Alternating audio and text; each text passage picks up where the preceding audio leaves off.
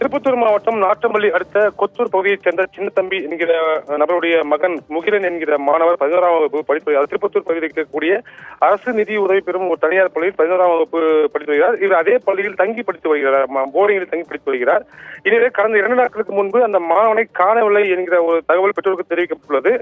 அது குறித்த தேர்தலை காவல்துறையை தொடர்ந்து வந்த நிலையில் இன்று அதே பள்ளியில் இருக்கக்கூடிய ஒரு கிணற்றில் மூடி இரும்பு கம்பிகளால் மூடப்பட்ட ஒரு கிணற்றில் சடலமாக மீட்கப்பட்டு பிரேத பரிசோதனைக்காக திருப்பத்தூர் அரசு மருத்துவமனைக்கு கொண்டு வந்த நிலையில இந்த 11ஆம் வகுப்பு படிக்கும் மாணவனுடைய இறப்பில் சந்தேகம் இருப்பதாக உறவினர்கள் தொடர்ந்து அரசு மருத்துவமனையிலேயே காவல்துறையிடம் முற்றுகையிட்டு வாக்குவாதத்தில் ஈடுபட்டனர்.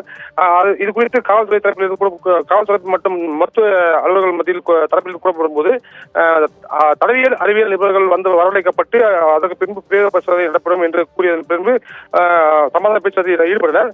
ஆனாலும் கூட இந்த பிரேத பரிசோதனை பக்கம் நடந்தாலும் இந்த எங்களுக்கு சந்தேகம் இருப்பது என்ற காரணத்தினால் அந்த பள்ளி நிர்வாகிகளை கைது செய்ய வேண்டும், அந்த பள்ளியை இழுத்து சீல் வைக்க வேண்டும் என்கிற கோரிக்கையை வைத்து திடீரென அந்த பள்ளி மாணவன் முகிலனுடைய உறவினர்கள் மற்றும் பெற்றோர்கள் திருப்பத்தூர் முக்கிய சாலையில் அமர்ந்து மறியல் மற்றும் ஆர்ப்பாட்டத்தில் ஈடுபட்டு வருகின்றனர்.